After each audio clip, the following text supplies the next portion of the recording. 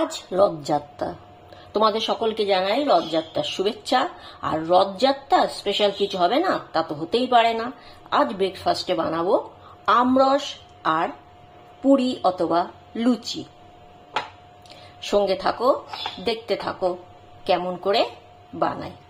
আমগুলো দেখছো তো, প্রচন্ড মিষ্টি হবে এই আমগুলো দেখে আমার কাটতেই ইচ্ছে করছে না, বানানো তো দূরের কথা। মনে হচ্ছে সাজিয়ে রেখে দিই, পুরো মাটির আমের মতো লাগছে না, যেরকম পাওয়া যায় মেলাতে মাটির আম, আপেল, কলা পাওয়া যায় না, ঠিক ওরকম লাগছে। ঠিক আছে, আর না কথা বাড়িয়ে আমি তৈরি করব আজকের রেসিপি আমরস, রথযাত্রা স্পেশাল। প্রথমে আমি আমরসের জন্য আমগুলোকে ঠিক এইভাবে পিস করে কুটে নিলাম। এবার আমি একটা মিক্সি জারে এই আমের পিসগুলো দিয়ে দেব।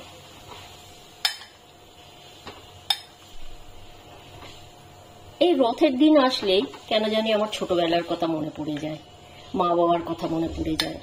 মা বাবার আমার কেউই নেই, সেই রথ সাজানো, সেই জিলিপি, পাঁপড় ভাজা, সে যেন একটা পুজোর আনন্দ। ওই যে বলে না রথ আসা মানেই দুর্গাপুজো চলে আসা, সেটাই যেন একটা ফিল করতাম যে রথ এসেছে মানেই তো আর দুর্গাপুজো দুয়ারে, সে একটা মজা ভীষণ। আর এখনকার ছেলে মেয়েদের মধ্যে ওইসব আমি দেখি না যে তারা বার্গার ছেড়ে পেঁয়াজি আর জিলিপি খাবে, আমি তো দেখি না। এখন জানি না কার ঘরের বাচ্চারা এখনো আমাদের মতনই ছোটবেলার মতনই আছে। যাই হোক, আমি আমগুলো মিক্সি জারে নিয়ে নিলাম।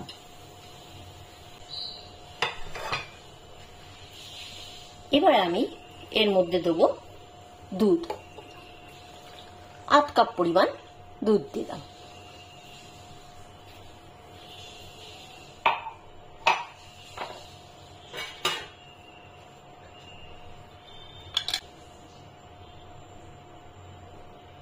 তারপর দেব মিল্ক মেড।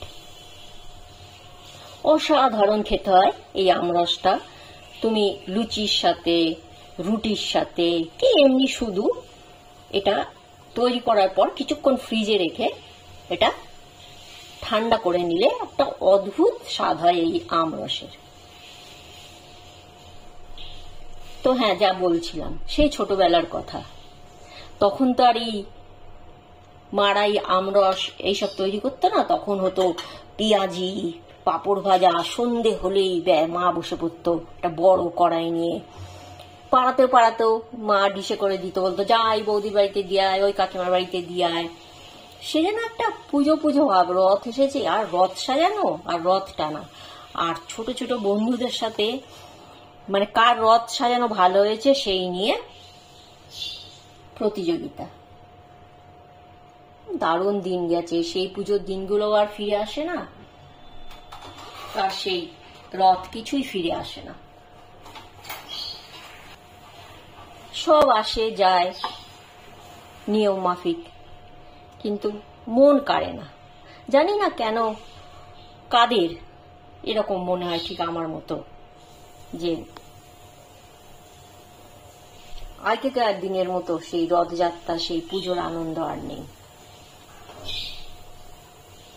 আচ্ছা, এবারে এটাকে আমি ভালো করে একটা পেস্ট করে নেবো বা মিশ্রণ করে নেবো এই দুধ আর মিল্ক মেড দিয়ে।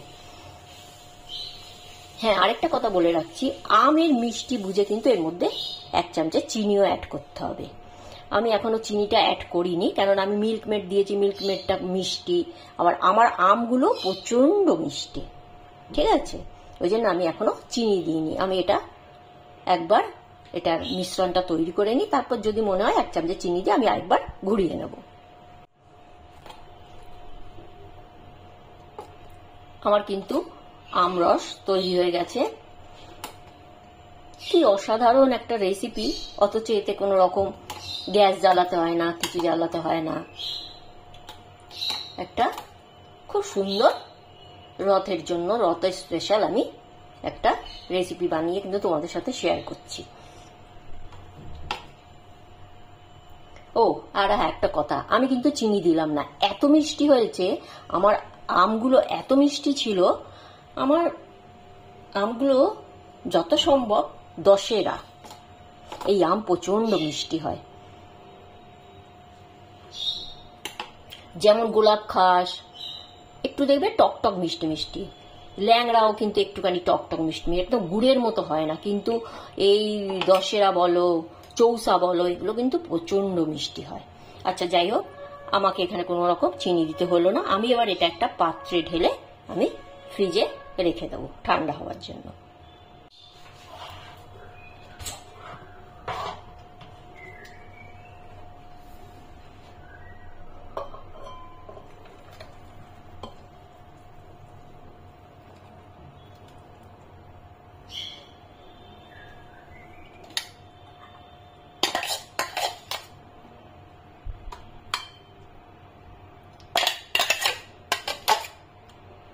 আমার মতো একবার বাড়িতে বানিয়ে খাওয়ার অনুরোধ রইল, আর আমাকে লিখে পাঠানোর অনুরোধ রইল যে আমি কত ভালো একটা অসাধারণ একটা স্বাদের রেসিপি শেখালাম। এবারে আমি ওর ওপর দিয়ে দেবো একটু কেশর। এই কেশরটা দিলে কি হবে, এত সুন্দর এর থেকে গন্ধ বেরবে, অসাধারণ অসাধারণ লাগবে আমার এই আমরসটা খেতে। আমি ঠিক এইভাবে এটাকে ফ্রিজে রেখে দেবো 2-3 ঘন্টার জন্য। যতক্ষণে রুটি পুরি এসব বানাবে ততক্ষণ এটা অবশ্যই ফ্রিজে রেখে দিতে হবে। ওইদিকে আমরসটা ঠান্ডা করতে বসিয়ে দিয়েছি, আর এইদিকে ভেজে নিচ্ছি লুচি। আমরসের সাথে লুচি, বুঝতেই পারছো কেমন টেস্টটা হবে। আর হ্যাঁ, আরেকটা কথা বলতে ভুলে গেছি, সেটা হচ্ছে রথের স্পেশাল হচ্ছে রথের মেলা। সেই রথের মেলার এই যে আমি যে কড়াইটায় তেলটা গরম করে যে লুচিটা ভাজছি, আমার মনে পড়ে গেল সেই বড় বড় কড়াইয়ে দেখতাম জিলিপি ভাজছে, তারপরে ওই যে গজানা খাজা বলে ওইগুলো ভাজছে। বাপরে বাপ, গরম করছে আগুন, সামনে যাওয়া যেত না। এখনো মেলা বসে কিন্তু সেইভাবে যাওয়া হয়ে ওঠে না।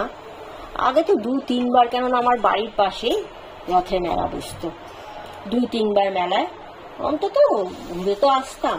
আর ওই মাটির খেলনা বাবা কিনে দিত, ওই খেলনা যে কত সেট ছিল সে আর বলার না। খুব মজা, এই রথ আসা মানে আমাদের খুব মজা। এখন আর সেসব মজা অনেকটাই মলিন হয়ে গেছে। এখনো বসে, রথের মেলা বসে, সবকিছুই পাওয়া যায়, কিন্তু আমার মনে হয় আগের মতো না।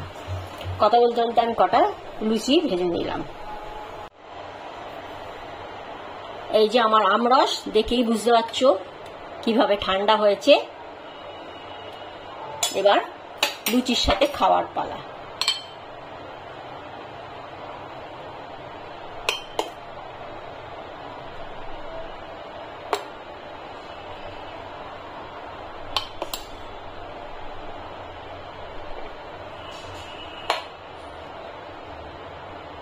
চলো একবার ট্রাই করে দেখো।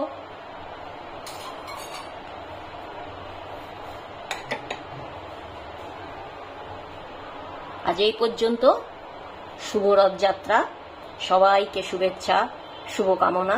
ভালো থেকো, সুস্থ থেকো।